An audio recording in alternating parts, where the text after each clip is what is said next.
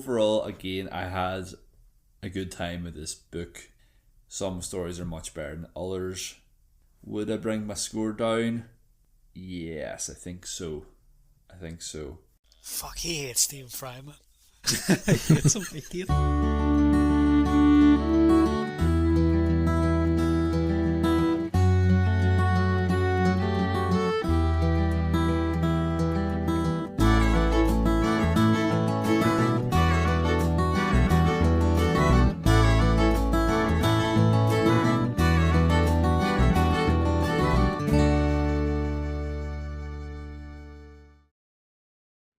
Hey everyone, welcome to episode 40 of the Audiobook Club podcast. I'm Jonathan, hosting our 2025 review episode. So today we're going to go back and have a look at the 8 different books that we did in 2025 and just talk about, or how we feel about them now, looking back, and, has our ratings changed as we've kind of had time to reflect on them. Yeah, so we're going to go through the list here, introduce the book, and we're just going to go in reverse order. So the one with the worst combined average score of the scores that we give it, work backwards.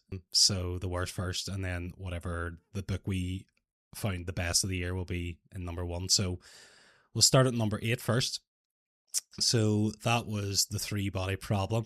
So that was by Zixin Liu and Ken Liu, and read or narrated by Daniel Larklow.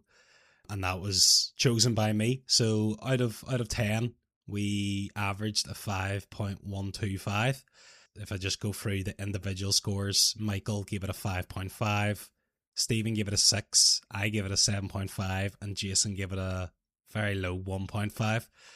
So we're just going to kind of, go through what our thoughts were on the book again. I'll maybe just go first since I chose it, and kind of talk about why, again, I picked the book originally and what I liked about it. But yeah, I remember picking this book because it was recommended by someone in work, and just from then, or they recommended I seen the TV show on Netflix, and then they recommended it, and I was like, right, I'll watch the TV show. And then I watched it, really loved it, and then was like, yeah, must give this book a read. I liked the book. I thought the TV show was better. The names I thought were quite hard to follow sometimes. There was a lot of names that sounded very similar and couldn't understand which character was who at times. I think that was my only main gripe with the book, but in terms of the actual science background of this book, I loved it. I thought just because of how crazy it was, and although I believe a lot of it was made up science or fantasy science, it was still it seemed like it could have been true, and there was a lot of accurate parts on it too, but yeah, there's a lot of science fiction in this as well. But yeah, that's kind of, what my summary of why I like the book. So we'll maybe work, since I give it the highest rate, and we'll go to the next highest, which was Stephen. So you give this a 6, Stephen. So do you want to talk about how you feel about the book, or what you remember being good or bad? I can't remember much about the book. I don't know why I gave it a 6. Because when I think back on it, it's just kind of okay. Well, I suppose a 6 is okay, right? So I think it was a bit slow, maybe, and there was a lot of. Was it hard to follow with all the different physics stuff in it, or something like that? There's a lot of mad science words being thrown around, and I think I got lost or something from what I remember, but I don't really remember, to be honest. Kind of mid memories on it. Yeah, I mean, when was it we did that? We did that in July, so it was about the midway point of the year. But yeah, no, I think I remember a lot of the gripes being about the physics stuff got a bit complex at times and was hard to follow. Michael, what about you? You give this a 5.5. Yeah, I think I still stand by that rating. I thought the book was really fascinating at times. Some of the moments, like was it the sophon? The description of that scene was just really crazy, and I loved that. But at the same time, I thought the characterization in the book was really flat, and I struggled to connect with anybody, and wasn't really that immersed in it. And it felt like once you had kind of seen I didn't think the game really was realistic as a game. It didn't really feel like a game to me or anything, and it sort of got repetitive after a while being in the game. So it was a very mixed bag for me in ways. Some of the theoretical science was extremely fascinating, and it was like reading a really fascinating non-fiction book at times is what it felt like. And then at other times it just felt like these characters feel a bit dull and lifeless, and I wish there was more there with the characters themselves. That's triggered a lot of memories for me. I forgot about the game. That wasn't the game. That was more like a simulation. Yeah. I also forgot about that, actually. Yeah. The main one of the main parts of the book. Like. I remember the talk about the characters, the characterization, and I remember like said a lot throughout the episode that I recommended the TV show, and said that one of the main reasons as well the TV show I thought was better was because they split the main character into like 3 characters, and then it focuses on this group of like students or like young scientists basically. So did anyone actually go back and watch that? No, I don't like using the TV shows and stuff for our ratings. Oh no, I mean I wouldn't say that to change the book, because I mean my rating is based on the book as well. Like I give the book a 7.5, but I would give the TV show like a 9.5. You know? No, I know, but like if you do the 2 things, you might rate one less than the other. Yeah. You know, that sort of way. So I try to avoid it. No, but yeah, I think Michael, the point you made there, yeah, it's brought it back a lot of memories for me as well. And the game as well was more just a virtual reality kind of like a simulation, just taking you through a world as opposed to actually playing anything. But yeah, again, that might have been, I think we talked about it at the time, like a translation issue in terms of, because this book was translated from the original Mandarin or whatever to English, and you know there might have not been an equivalent kind of word to use, so they just used the word game. And Jason, you give us 1.5, which was the lowest score out of any of us of any of the books of the year. So I remember you hated this, and whenever I said to watch the TV show, you said you needed a break from this for a while. So what's your thoughts now? Yeah, I have some very strong feelings about this book. I just really disliked this book for many, many reasons. I found it too confusing. I found it like too hard of a sci-fi. I really found that there was absolutely no characterization, as you said. The characters were just meaningless blobs to progress the story along. I think a 1.5 is... I don't want to change that score. I think there may be something that I hate more in the future. But yeah, that's the lowest score anyone's given this year. We've actually been a lot more positive this year with score. I was having a wee look, because definitely in previous years there was a lot of low numbers. There's only one, I think, maybe 2 that's beaten it. There's 2 ones we have, yeah. Yeah, and they were sort of back to back, weren't they? No, one was... Oh no, there's 3 ones. There's a couple of ones. I think I say 4. Hitchhikers, Blood Meridian. Slow Horses as well, but you weren't there for Slow Horses, Jason. But yeah, I give that a 1. Oh my God! See, have you given me 2 ones? Don't start around with changing scores here. No, sorry, it was Johnny that gave me the 1. You give me a 1.5 for Blood Meridian. Anyway, scores aside, they're all objective anyway. So those are subjective. Sorry, Stevens are objective. No, that's grand. I understand the gripes of the book, and yeah, like I again didn't read the book beforehand going into it. I had only known the TV show, and that was kind of why I chose it. Well, I would choose it again, and would definitely like to read the sequels. I haven't got round to that yet because there's just, especially with the last pick that Michael has done, we've had a lot of audiobook listening time. Yeah, I think that's kind of everything I want to say about that book. So we can move on to the next book. So the book that came in 7th, our 2025 reading list, was Northern Lights. That got a 7 out of 10 on average from all of us. So Michael, if you want to talk about that book. I'm going to get flamed on this one. Did I give that a 10, Jonathan? Did I? Yeah, so sorry, just to go through the scores maybe, I know because Michael doesn't have them in front of him right now. So Michael give it a 10, Stephen give it a 3, I give it a 7.5, and Jason give it a 7.5.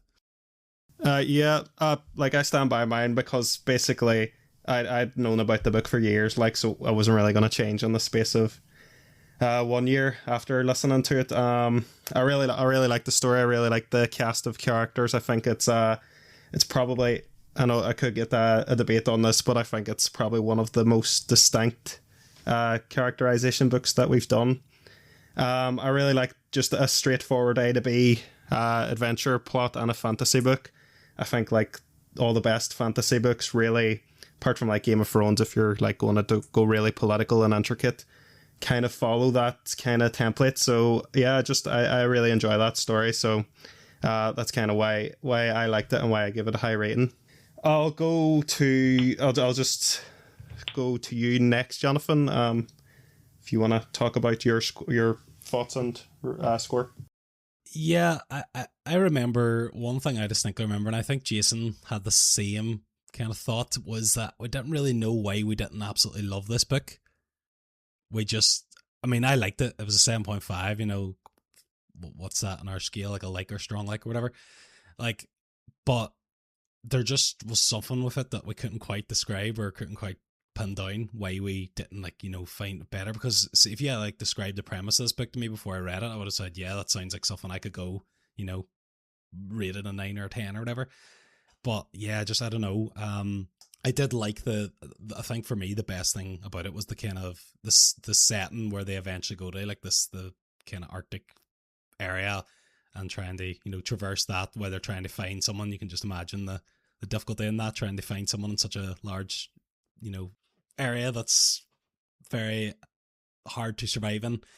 And then there also the aspect of the demons, was it, the wee creatures that are associated with the people, and the whole plot of, you know, the adults are trying to separate them, or like the bad adults and are trying to, you know, separate the bond of the demon and the child. I just thought it was very interesting. I think I would stand by what I thought. I quite like this book. The TV show I watched as well. I never finished it, actually. I got pulled away by other things, but again, thought it was quite decent. So yeah, I mean, I would probably look at the follow-ups of these books as well in future. No worries. Thank you for sharing. Jason, I'll go to you next since you were similar score to Jonathan. Yeah, I think we gave it the same, didn't we? I was having to think there, and Johnny was saying about, like, we couldn't really he couldn't remember like why we didn't give it higher, because we both did enjoy it. Part of me just thinks, like, was it just at times a bit boring? Was that the sort of issue I had of it? Like maybe just slightly on the slower side. I mean, I do like it. Again, I'm happy with my score. I still plan to get round to listening to the other two books at some point, and probably finishing the TV show at some point. I've only watched the first season, but mostly because I want to read the book before I watch the second season. But I think well, Stephen's agreed with me, so I must be right. But yeah, I think it was just I found it quite slow at times, so that's why I just couldn't really justify. Well, I suppose it's probably not justified giving it a higher score. It's probably what brought it down from a higher score. I think it probably detracted from me giving it more of like an 8.5 or a 9. I think was just I found some of the pacing at times to be a bit problematic. But yeah, overall, good book. Definitely will return to the sequel at some point. Yeah, thank you for sharing. Stephen, I'll go to you. Yeah, I can't remember. Again, it was a long time ago. But from what I do remember, it was slow, and it had that trope that I don't like, where like the main character is like abnormally special, but it's an inexplicable why. You know, they're like they can do that. What was it? She could like use the compass intuitively or something, and I didn't like that. And this thing about the spirit animals or whatever they were, there was something I didn't like about that as well. They were like either like it was like almost like they were underutilized, like they were seen as like a big plot point, but then they didn't really do much or something. I can't remember, to be honest. Yeah, I don't know if I would agree with the demons being underutilized aspect of it. Yeah, I'm probably wrong. I can't remember, but something in my memory there. Would you change your score? No. There you go. I think there was something about the magic thing as well. What was it called? Like dust or something? It was dust. Yeah. Something about that. I didn't like either. No, it's alright. It was a long time ago, so it's hard to remember. No, it's grand anyway. That's the only book I picked this year, so that's me done talking. All right. Oh, was it? Oh, jeepers. Yeah. You can take the Harry Potter. Well, you hosted the Harry Potter, Michael, so well, you all took that again. Yeah. Your next book, I'm probably going to give a good score to. So. Spoilers. Well, I'm surprised to hear that. There you go. That's spoilers. Save it for the pod, lad. Anyway, so yeah, that was our seventh book out of eight last year in terms of rating. So we'll move on to sixth now, and that was Red Dragon with a rating of 7.875 on average. And who was that book again? Jason. Yeah, so go take it away, Jason. I think it's both of my books are the next two picks. So yeah, I chose Red Dragon. We listened to that in February of last year, so in fairness, it was almost 11 months to the day since we recorded it. So hopefully Stephen remembers some of it. So yeah, it was relatively well received. 7.875, quite a good score overall. And if we're going the highest, it looks like Stephen gave it the highest score. That never happens. Of my book, I know. Yeah. So Stephen, you give it a 9 out of 10. So I think you really enjoyed the first entry, the first appearance of Hannibal Lecter. Yeah, it was good. It was different to the books we normally do. It was good sort of mystery type thing as well, which I like a lot. Might have to put the score down a wee bit because of your sass earlier, but I don't know. No, I think it was just a well written story. A lot of mystery, a lot of intrigue, a lot of twists and turns. Was good. Yeah, it's on to me next. So I scored it an 8 out of 10, which I believe, let me just double check that. I believe that is a strong like. Yeah. I scored it an 8 out of 10. So we sort of think of that as a strong like in this book. So yeah, much of the sort of points that Stephen had mentioned, I think it was a very well written book. We don't normally do like a sort of a thriller. Sort of took us out of our usual sort of sci-fi fantasy genre, which we do tend to sort of stick to in this series. But so something a bit different, something a bit more like not necessarily realist, but like it's still a fictional story, but something that definitely feels a bit more grounded in reality of what we know. And I think it was a very, very well written book. I think the characters were all very well written. Again, I think there was just some times where I felt maybe just pacing in the plot dragged ever so slightly. Overall, very, very good book. Very good movie adaptations.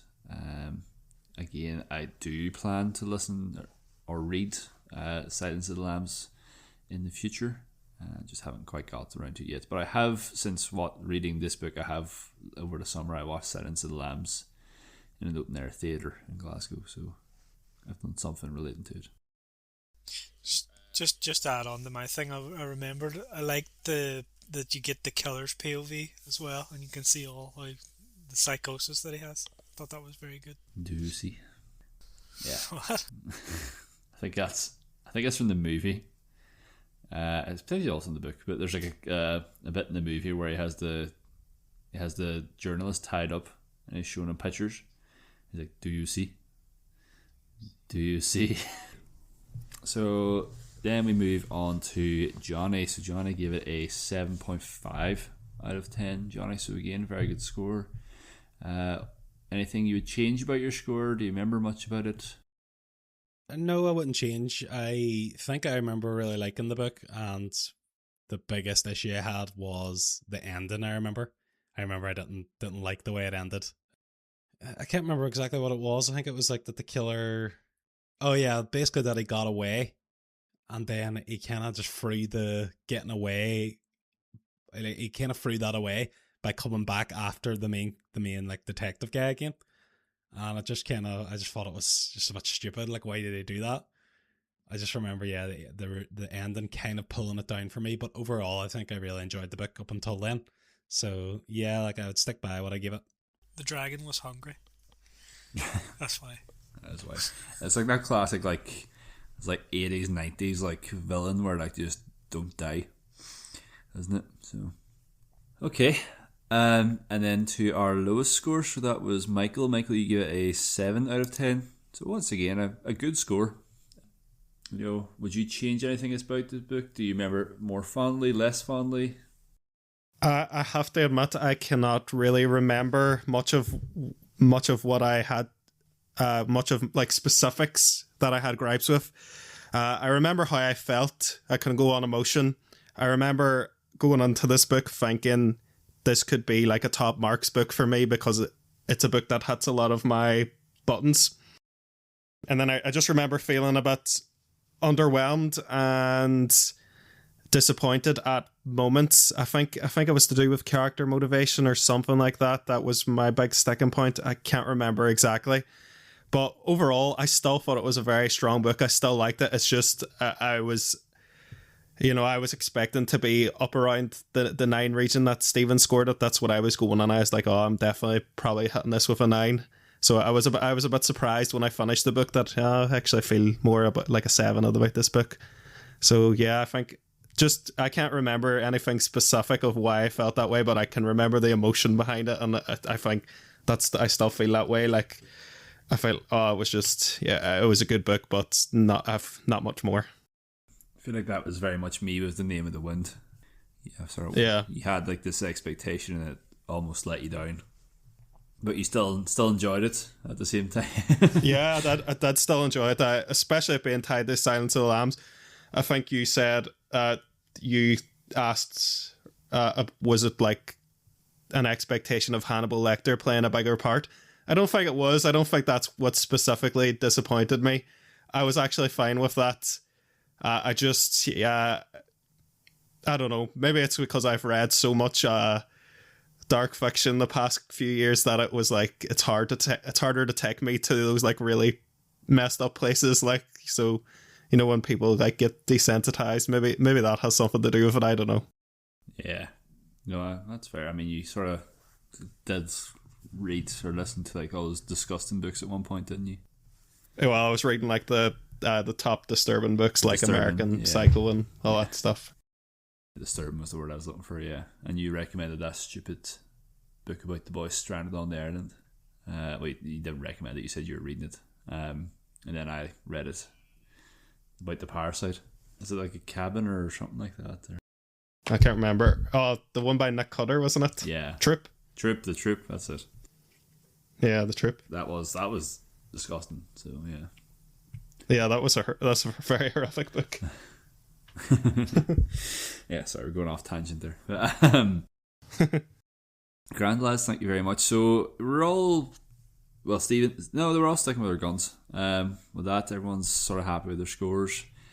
So I think then we'll move now on to, is this our 5th book of the year, called The Devils by Joe Abercrombie. It's a bit of a longer book, so I think it took us a bit longer to sort of listen to it.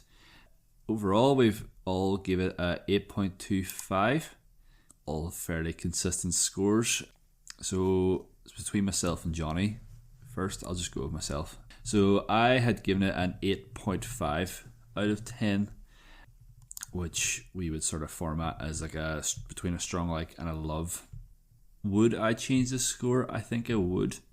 I think I would potentially bring it down a bit. And I think that's just, I suppose, like, as I say, we're basing a lot of this review on our feeling about the book, what we sort of remember, and like, I suppose what we think about it now when we think back to that. And I did really enjoy listening to this book, I must say. I'm not going to massively bring down my score, but I just, when I think back on it and I think of sort of other books I would rather listen to, you know, like I think to be honest with you, I would rather go and listen to the sequel to Red Dragon rather than the sequel to The Devils right now.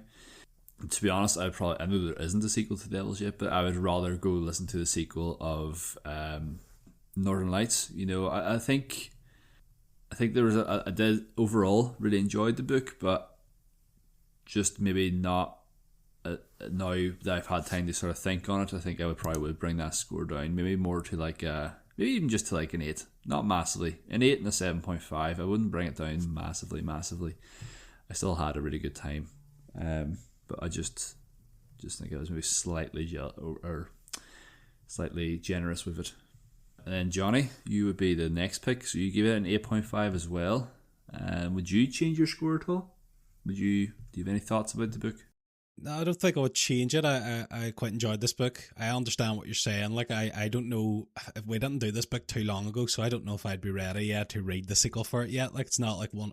I feel like whatever the point you're trying to get across, I kind of feel that too.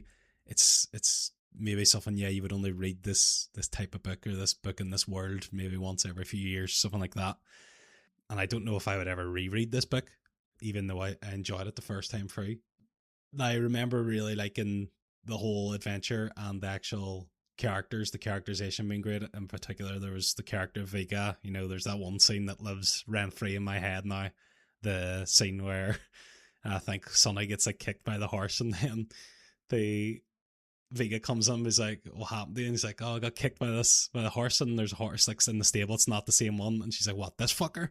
It's like a horse, like, and I just think about that all the time. But yeah, like wee bits like that were just hilarious. And I just really enjoyed reading this. It was kind of like, I remember when we were doing the guest before, saying that like Joe Abercrombie wrote like really dark, kind of, you know, even darker than like Game of Thrones kind of fantasy.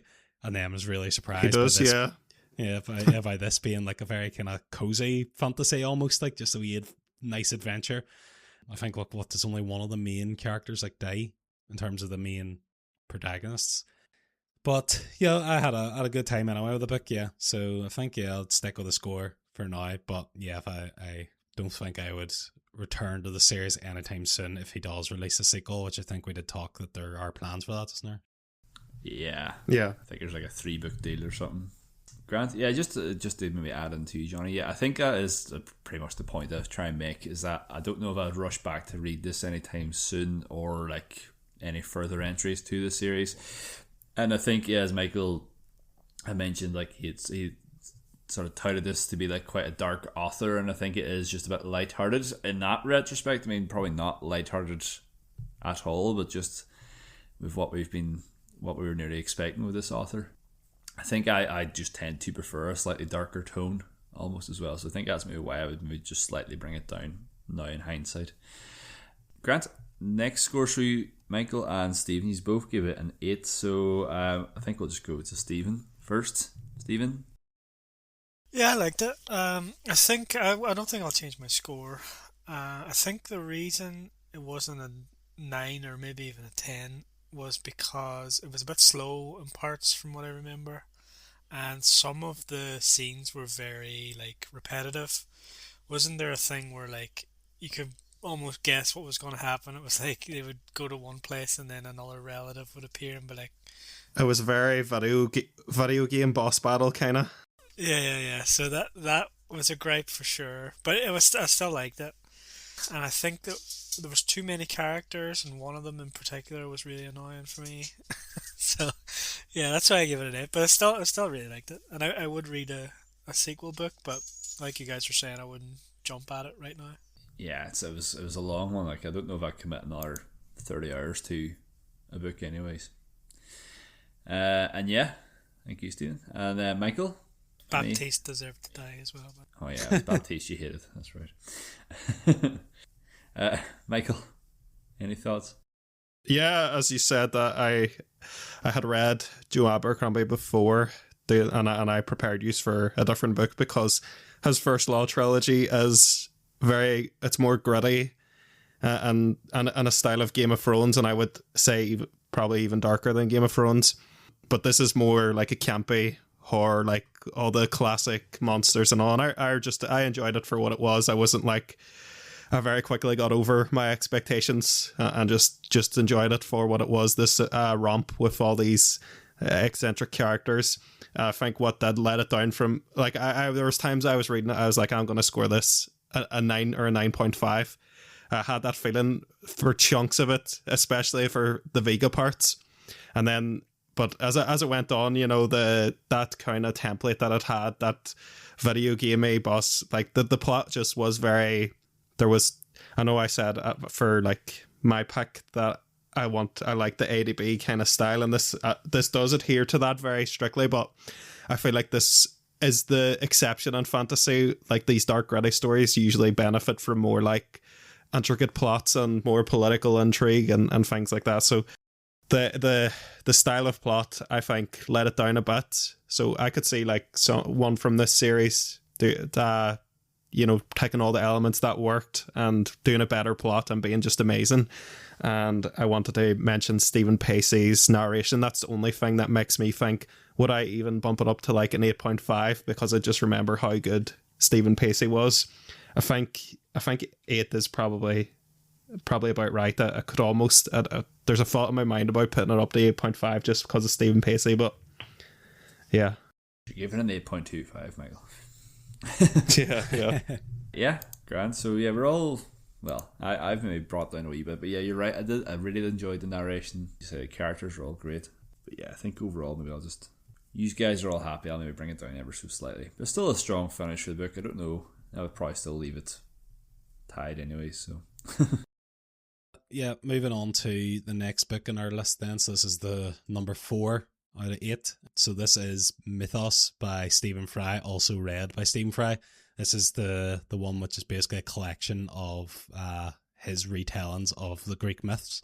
And yeah, just in terms of the ratings, Michael gave this a 9, Stephen gave it an 8, I gave it a 9.5, and Jason gave it an 8, and that gave us 8.625 on average. Just to start with myself, going at 9.5, I love this book. I just kind of love anything mythology-wise, and then I think the actual, you know, twist that Stephen Fry puts in it, and the way he narrates and tells the story, just the way the narrative itself, I just love the way it's done. Very easy to understand what's going on.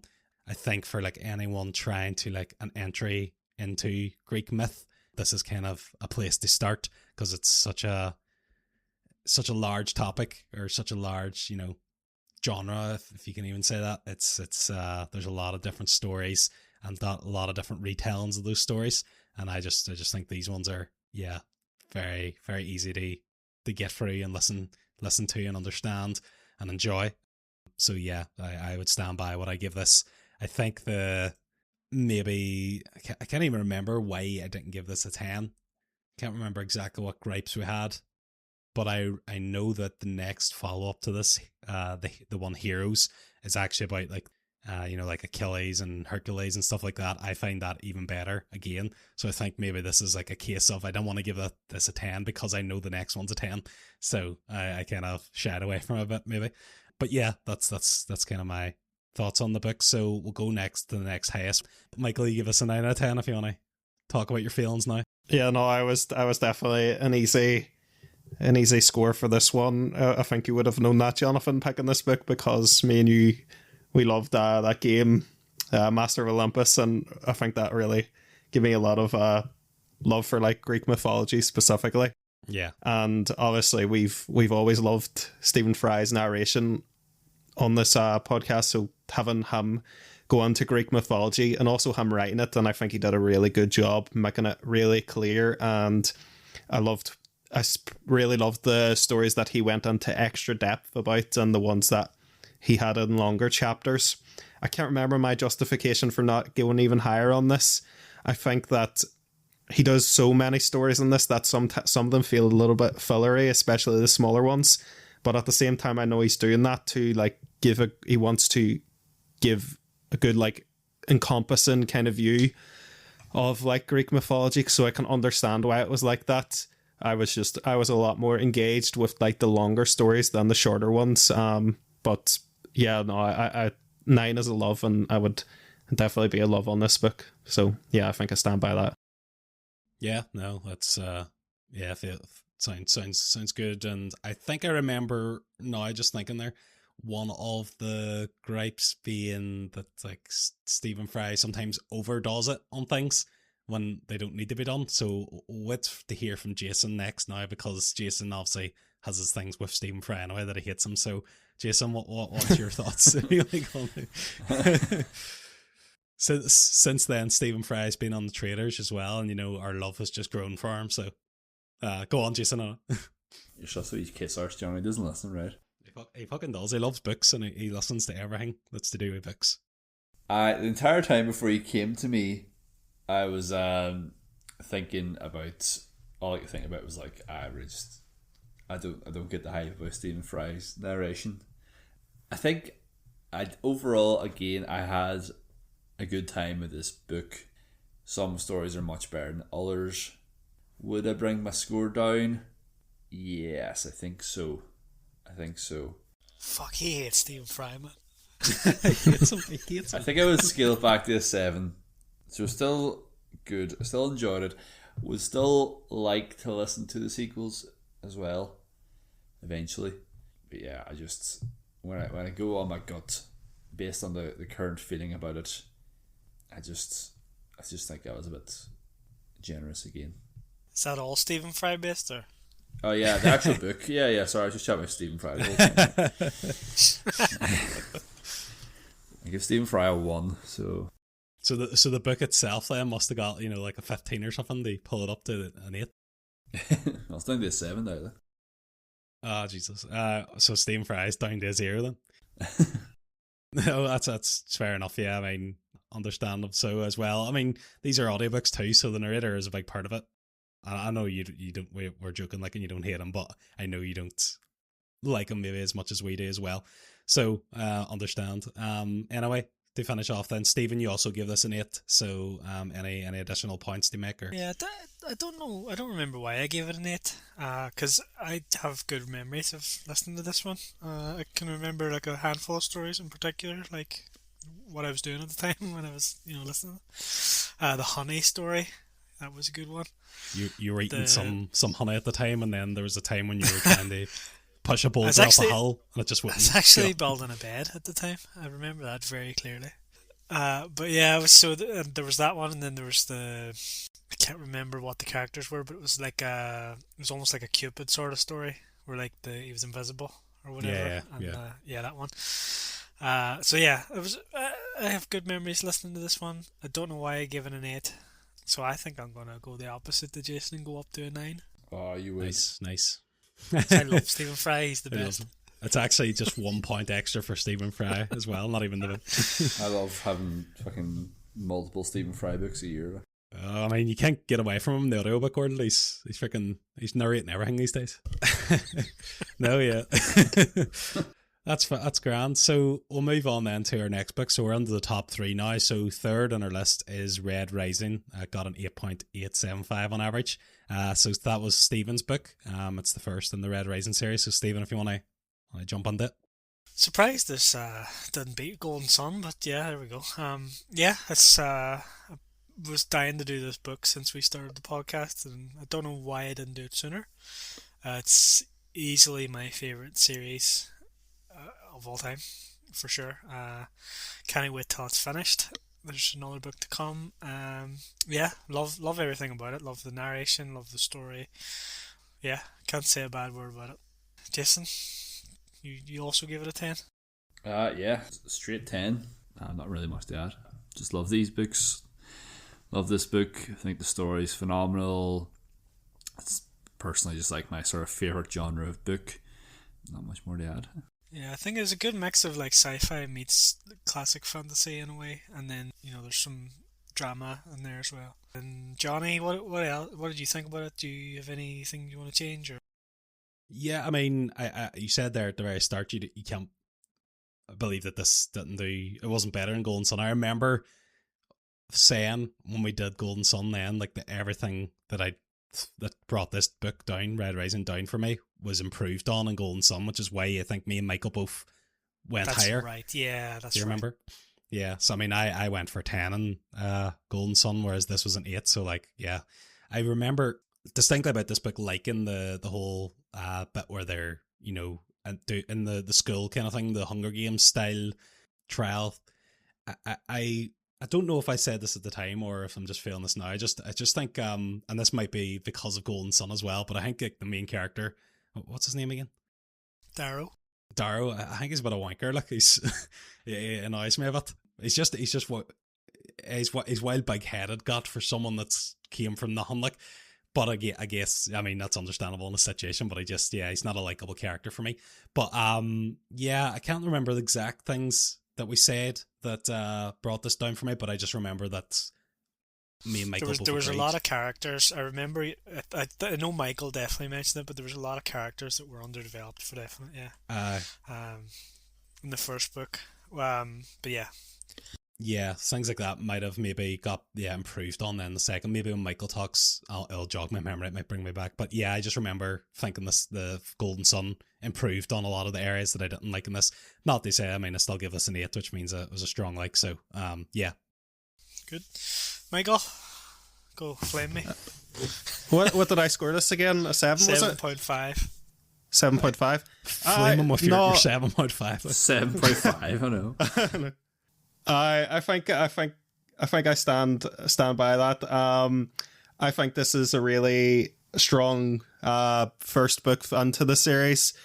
I remember having like the opposite of, I said almost the opposite of what you guys said of this, because I think a lot of you guys said, even though you and Jason gave it a perfect score, like you said, oh, if you could pick any flaw, it would be like the first quarter or third of it is a bit slower than the rest, whereas I was like, I think that's the strongest part of the book, and it becomes more of an issue with me the later part of the book, because I would almost give like the first quarter or the first third of this a 10, but it's the Hunger Games kind of scenario where I started to have problems with, and I just thought this book, I thought it could have went more interesting place with that, the plot and the characters it set up. I thought outside of Darrow, who's his best friend turned Cassius. enemy again, Cassius, yeah. I thought outside of those two, the characterization, and the Jackal as well was a great character. Outside of them guys, the characterization of like secondary characters was a bit undercooked, and I think Pierce Brown doesn't write the best women characters, but as far as like entertainment goes, you know, I was entertained the whole way. There's no point I can ever say it was boring. I had almost the opposite problem, where it was like overstimulation, and I wanted a bit more of like, there's this plot structure in Hollywood movies, they call it like scene sequel, and it's like it means after a scene, after like an event happens, there's like the sequel, which is just the calm down and the reflection of the event, and it gives you this moment to like reflect on like the plot and all. I almost like felt overstimulated by the constant barrage of action, and the latter half of the book I never had enough time to like digest it, if that makes sense. Is that like what they do in like Game of Thrones, that like episode 9 is always the big one, and then you have 10 they kind of unwind after it? Yeah. But as Jonathan said, a lot of the issues I had with this book were fixed in Golden Sun. So, and I thought that might be the case when I read this. So, I think I even mentioned I expected them to probably be fixed in that book. I think we sort of hinted that would be. I was just going to ask Michael, just further to your point of like not having that space to breathe. I was just wondering, have you ever like watched the Safdie Brother movie, like Uncut Gems, or have you seen Marty Supreme? I've seen Uncut Gems, and I know what you mean, like the Relentless, but I feel like there's certain movies where like that's a bug. I mean, that's a fixture, not a bug. Like a feature, not a bug. Sorry, yeah. It's the purpose of like Uncut Gems is the unpleasantness that you feel. You know, it's trying to create this unpleasantness within you. It's like a horror movie. You feel bad after you watch it. Basically, you know, like that's Uncut Gems. That you feel stressed out, and you know, I think when it's it's like a very specific type of feeling that it's creating on you. Yeah, it's the feeling they want to give you as well. Like it's not. Yeah, exactly. Yeah. I know. Just was interested to hear your thoughts on that type of film. So we'll move on to our second book of the year. So that was Harry Potter and the Goblet of Fire. An average score was 9.125. And yeah, I mean, this is our annual Harry Potter episode, which we always have give good scores to the book so far. my score for this one was a 10 out of 10. This is the furthest I've read into the series, and it was always my favourite film, but for all the films, and is definitely my favourite book so far. I'm still, in the next 3 years I'll have read the other books then, so I'll get there eventually. But yeah, right now this stands as my favourite, and I just really love this book again. It's got this Hunger Games kind of setup in it, where the students are battling against each other in this, is life or death sometimes. Definitely a lot of element of danger within it. And yeah, I just think the building on the kind of the dark turn that the series has taken from the Prisoner of Azkaban, I think this goes even further. And as they're, getting older, getting up in the school years, they're kind of getting into more adult themes. They have the whole love interest stuff coming in, which maybe isn't the, most excitement stuff, but it's real. It feels real and builds on what the characters themselves.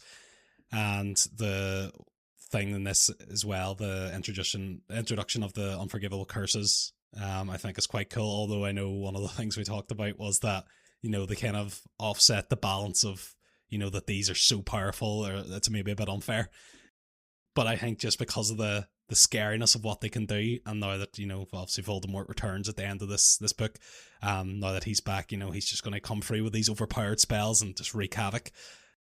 I just kind of love the way it's set up now, the rest of the Harry Potter series. So yeah, that's kind of me. So our next highest was Stephen, who gave this a 9.5. So Stephen? Yeah, it's a good book. I think plot-wise, it's like 10 out of 10 for me, but some of the plot elements are just let it down from being a 10. Like the actual tournament, right, doesn't make any sense. That's A ridiculous. lot of the pieces in it don't make any sense, right?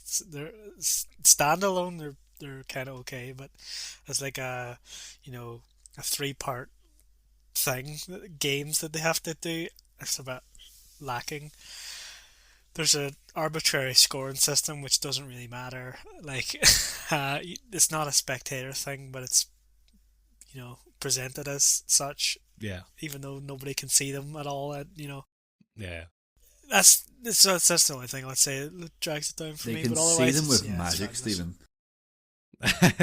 Seeing their flat screens. Can they though? When Crumb's getting mind controlled and everybody's drowning and shit. Can they see them? What's the thing they say as it like the Wonder Woman type character in The Simpsons is like when somebody points out like a plot hole there and she's like, whenever you see something like that, a wizard did it. And also, Stephen, you forgot to mention Victor Crumb. Well, I suppose Michael's going to get this, but Victor Crumb catching the freaking don't you worry, snitch. I'll be. Yeah. Well, get to Michael now. No, that's grand. Yeah, Stephen.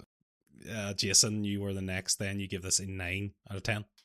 Yeah, this is I think this is my favourite film of the 8 movies.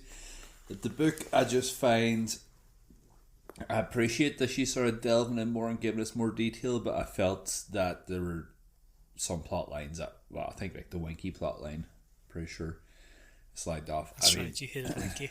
I don't mind it. I just think, fine, the whole Hermione fucking wanting to save the elves and stuff. It's fine.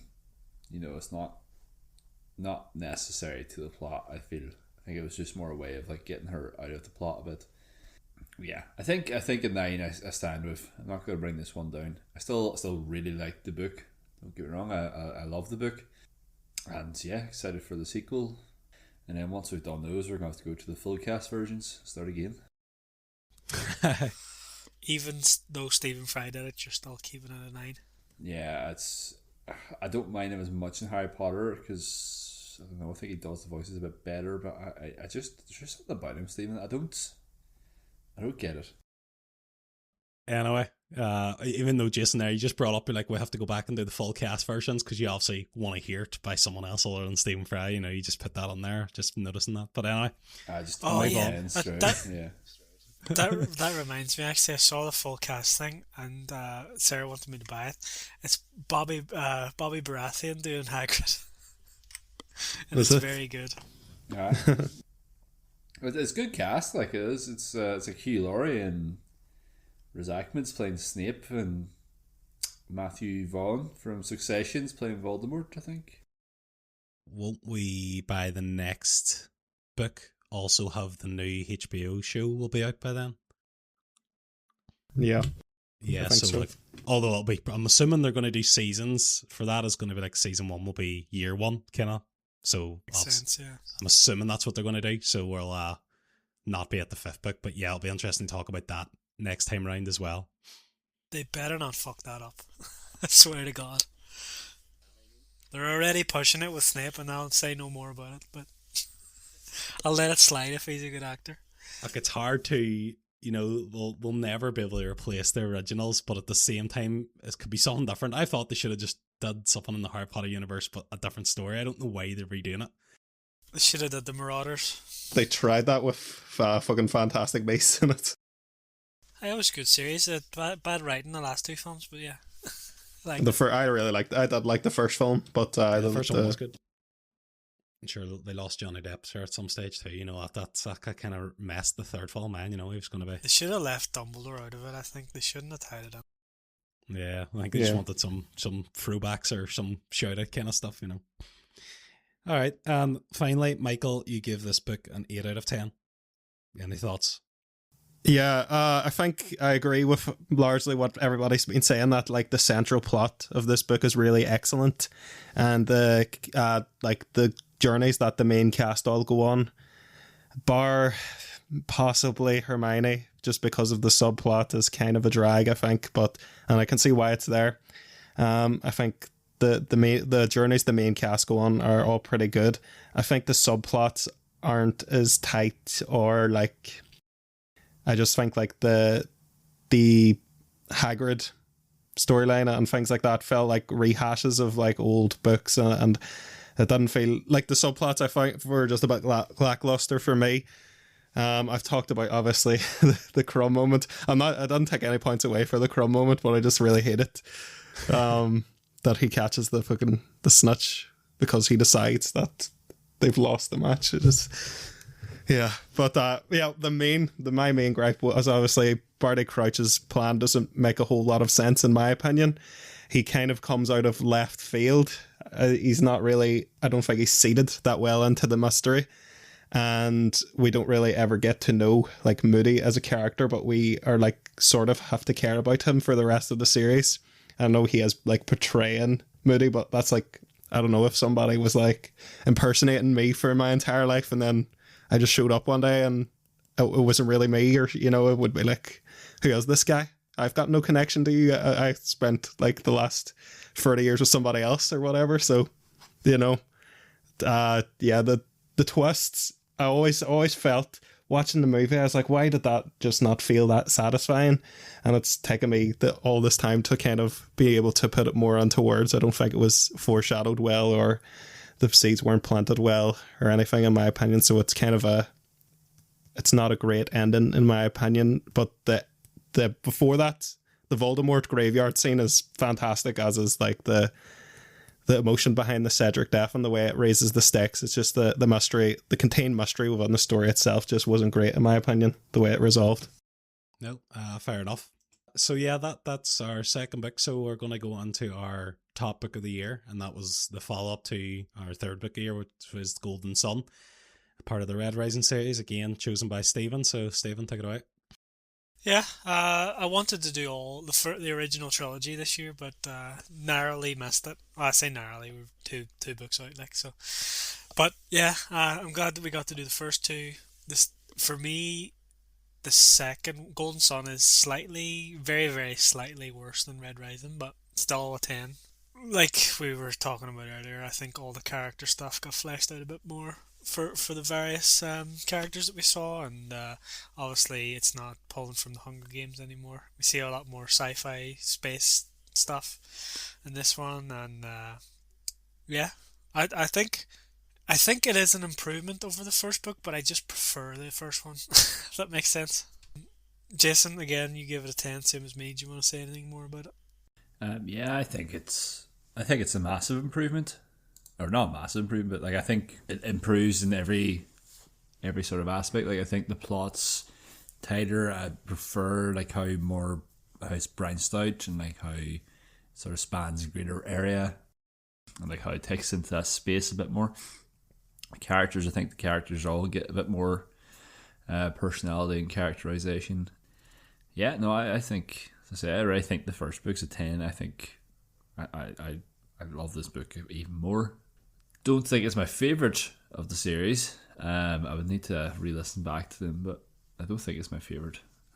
But no, I still think it's a 10. Wouldn't change anything. Cool. Johnny, what about you? You put this one up to a 9 from an 8 of the Unread Rising? Yeah, I think that the things that, well, again, I can't quite remember exactly what they were, but I remember talking about them in this review that they were improved on in this one. And yeah, I think as well, maybe having had time to reflect on the first book and kind of understand the series a bit more gave me a greater appreciation for this one now, then going forward. So I feel like going into the third book as well, you know, I'm kind of really invested in the character and stuff like that. So yeah, I again still stand by what I give it, and yeah, I would still be looking forward now to when you choose the next one, which I'm assuming will be your next pick at some stage. But yeah, Yeah. And there was that great twist at the end, right? You want to know what happens there. eggs, of course. Yeah. Michael, what about you? Yeah, I thought this was a lot. I thought this improved on the first book in all the ways I wanted it to. I thought the scope, it was a bigger story. I thought we got more characterization, which I really wanted. I thought the plot was more intricate and complex, and I really enjoyed.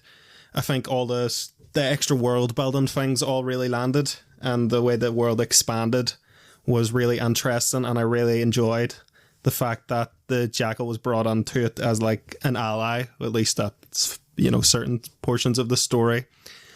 Yeah, I enjoyed that it actually had, because I said I wanted more like of the slower scenes to build emotion and stuff. I really, probably my favorite scene of the two books is probably when Darrow goes back to speak to his mother, because I think that is kind of what the story needed. It more of that kind of character building to really like cement you and build the stakes and really care about Darrow. I do agree with what Jonathan said about the first book. Darrow as a wee bit like unlikable, but I think you, even yourself, Stephen, you said you think that as sort of part of the point that he is, like, he's not supposed to be exactly like a cut and dry hero that you're supposed to absolutely root for, and I do get that. Yeah, that's yeah. He absolutely evolves both physically and like figuratively Yeah. as a character, you know. And I think that's a lot of the point of this book, is that he's become more like a gold, and he's trying to wrestle with all those feelings. And Oh stuff. that was part of because there's a Brandon Sanderson book where something similar happens. It's like one of the characters comes from like a slave background and becomes more like the nobility, and I just that plot always kind of rubs me the wrong way, but just I don't know. I thought this was still a very good book, so I think it improved massively on the first, and I thought the ending was fantastic as well, the way it set up the rest of the series. Nice one. All right, everyone happy with their scores, or do you want anyone to change? What did I score this? You scored it a 8. I would be somewhere between an 8 and an 8.5. I'm not 100% sure. That's okay. We can leave it. It's not a big deal. All right, sure. Let's wrap her up then, will we? I think this year we kind of took a couple of breaks, so we didn't get the full. Well, I think we would do 11 books usually. We got 8, so we were only 3 short this year. But yeah, going into 2026 now, we're hopefully, you know, get back into the groove of things, get back to releasing once a month on the regular if we can. But yeah, I think the books we did last year were quite, in terms of the overalls, basically apart from the free body problem, everything else was a 7 or above, which is quite good. So I feel like, yeah, we enjoyed our books last year. We enjoyed listening. We had a lot of longer books as well. I think that might be why we didn't hit the, you know. Yeah, so I think the longer books, yeah, you know, kind of obviously took longer to consume, but also left you a wee bit. You had to recover a wee bit after it because of how long you were listening to it, and then, you know, you're always listening to your own books as well, like other things that aren't part of the show. So it is a lot of time used up by doing it. That being said, our first book this year is going to be the one that we're currently reading. So, and that's like a 30-hour book. So we're I did think that was 21 hours when I picked it, but it was still long, like, but I didn't realize it was 30. yeah. I mean, I listen on 1.25 speed, Michael, it brings it down to about 27. So Yeah. still pretty long. But no, it's I cranked it up to 2 times speed, not for any reason other than I wanted to like get it done because I'm always dragging by. Yeah. So I actually use like I was like down to like 8 hours there, and then I ran out of like on Spotify when you get 15 hours a month. So I ran out of hours because of how long it is, and I obviously haven't had this problem yet because we haven't had books this long. It's like, oh Jesus, now I have to wait like 4 days for it to reset. So I had to take a break, but I'm back now and I'll get it done. Yeah, like I thought last year, yeah, in terms of my ratings, just to kind of summarize or like how the list went in terms of the ordering, it maybe wouldn't be the exact order and I would put it on, just because I would probably put my own, be a bit selfish, put my own book a bit higher, but that's just because of me enjoying it a bit more than maybe like Northern Lights, The Devils, and even, Red Dragon, The Devils, but wouldn't put it above Mythos. So I'd say the top four I would agree with where they finished in terms of my enjoyment. But what about you guys? How do you think of the list in terms of the order? And so go to maybe Jason first. Well, I suppose like I would have scored both of Stephen's choices higher than the Harry Potter book. I would have brought Mythos down, so like I would have scored Mythos second last looking at this, and then I would have had like a sort of joint between like Red Dragon and my own book. I would have had them sort of joint at like 8. Yeah, I suppose the only real massive change would be maybe just dragging Red Rising up a bit, but also pulling Mythos down to second last, so that would be quite a jump forward. Yeah, fair enough. What about you, Michael?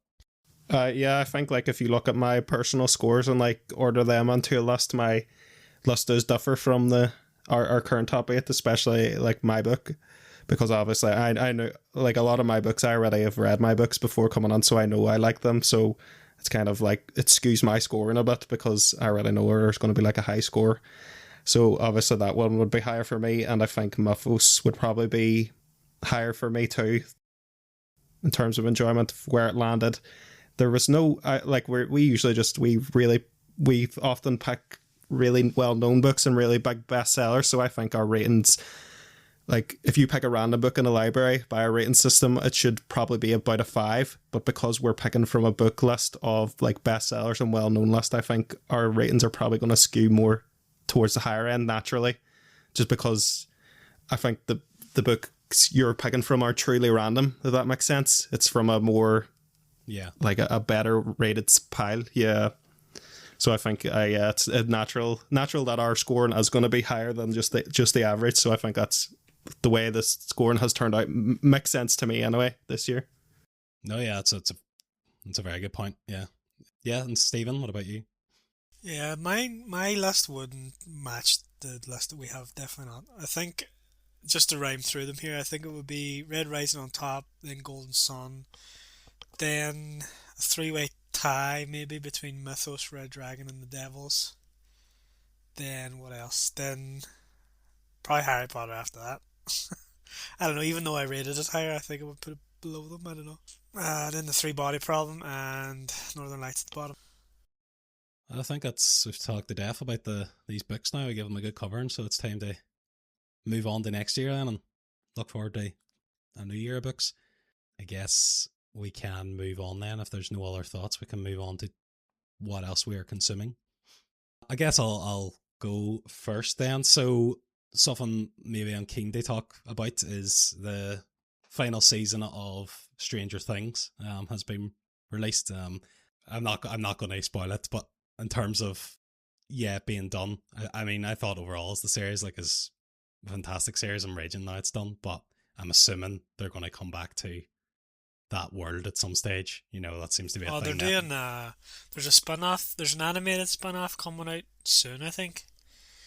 It's called the something 85, and it's Will and or no, Mike and Elle do like a thing in the summer or something, and it's completely unrelated to the Upside Down or something. All right, yeah. No, that's interesting. No, And then there is like a live action spin off which is like completely separate. The characters are all different. I don't know how it's a spin off, but I guess it's in the same world. Do you know? Do you know like the original conceit of that show was to do like every season was it's going to be self-contained anthology kind of thing? Oh, really? That's mad. So I don't know if they could just go forward something like that. Yeah, no, it was supposed to be self-contained, but the first season had obviously done so well that they kind of just were like, let's continue the story. Yes, maybe that's what they're doing. They had like a load of ideas anyway for anthology stories, so they kind of dip into that. Yeah, that's what I mean. Yeah. Interesting. No, that's good. Well, that would explain a lot of the plot holes. I've seen a lot of things about.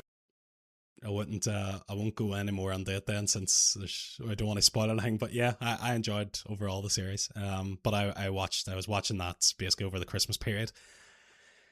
As well as that, I've been playing Assassin's Creed Odyssey. This is the second time I've played for it. You know, I've been working for the Assassin's Creed games. That's where I'm at. It's an absolute beast of a game, but just such a great game in terms of it's just one of the best looking games. So kind of been playing a lot of that recently. I actually did over the Christmas period. I watched Slow Horses season 1. I think I mentioned this in the last one. I remember I rated the book low. I don't know why. I think I was maybe a bit lost in the book and I just kind of never got back. That's kind of what happened to me. Whereas I feel like if I was to read the book again, I would enjoy it a lot more because I thought the first season was brilliant. And Gary Oldman, I now understand what you meant when you said smelly Gary Oldman, because he is stinking on this. Like, but he's yeah. But no, I watched through that, so I got that kind of done. In terms of other reading, I've been actually reading physically a book. It was one of the bestsellers I think last year. Maybe it's called Butter. It's like a. Oh, I have that actually. Yeah, I think it's like I haven't read it's it like yet. a murder kind of one, like a thriller, but it's like got this whole thing about food in it. So it's kind of like the murderers is like a cook, or like she's like a Instagram chef or something like that. She's like does like a blog about cooking food and stuff, and then she like kills people, and then there's like a detective wondering why she's doing it, but also getting into the food. So it's kind of like they're talking about, they give a lot of descriptions in it about eating and like different like foods and stuff like that, and like cooking different recipes, and it just makes you want to eat something. So I feel like if we did that book, Michael, you would have to fucking eat so many things just to manage. But yeah, so yeah, that is everything for me that I kind of wanted to talk about, just to keep it not too long, because I could go on to loads more. But yeah, go on to maybe Jason next. Consuming wise, I have not really touched video games very much. I feel like it's been a very busy time.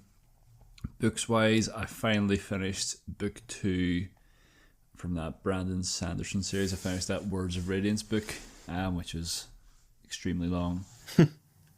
Did you enjoy the Dragon Ball Z battle at the end? Yeah. Words of Radiance. Yeah, well, the What fight. did happen to it now? I thought it was very Dragon Ball Z.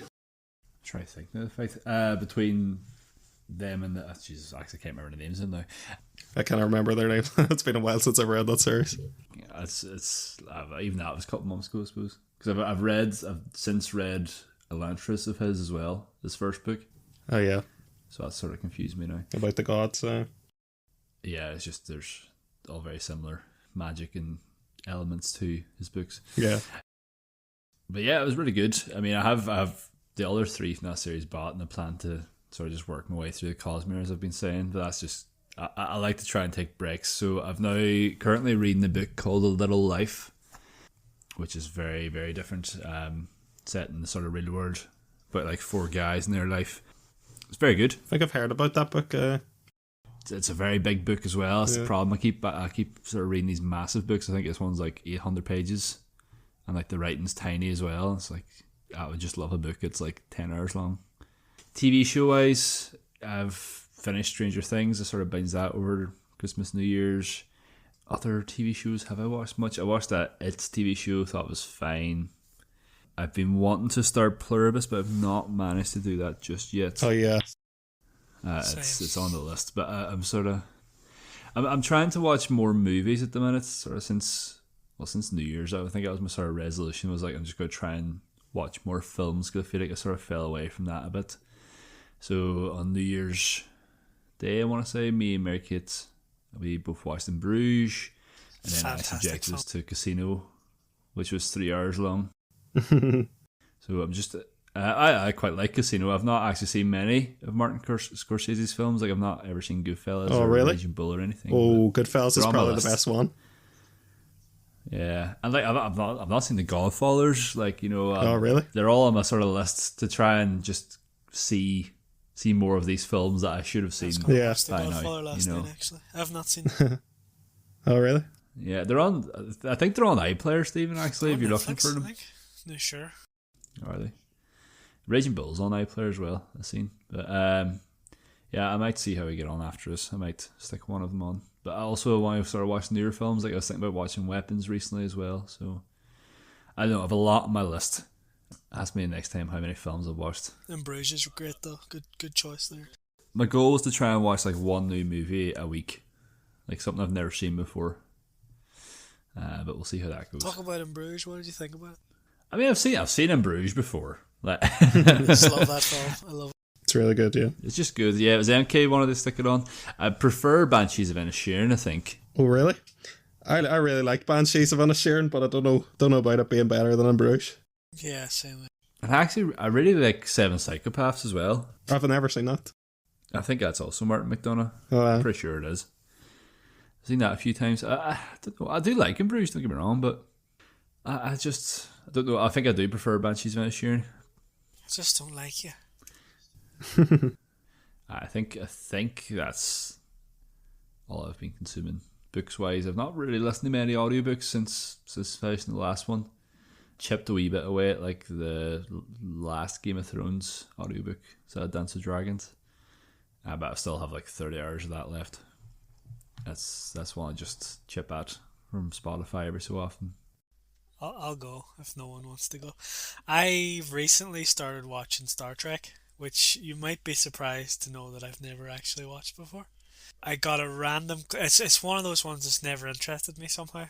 I've always been put off by it or something, but I got a random clip on YouTube of The Next Generation, Picard doing a thing, and Patrick Stewart's just brilliant, and I was like, fuck, now I want to watch this whole episode.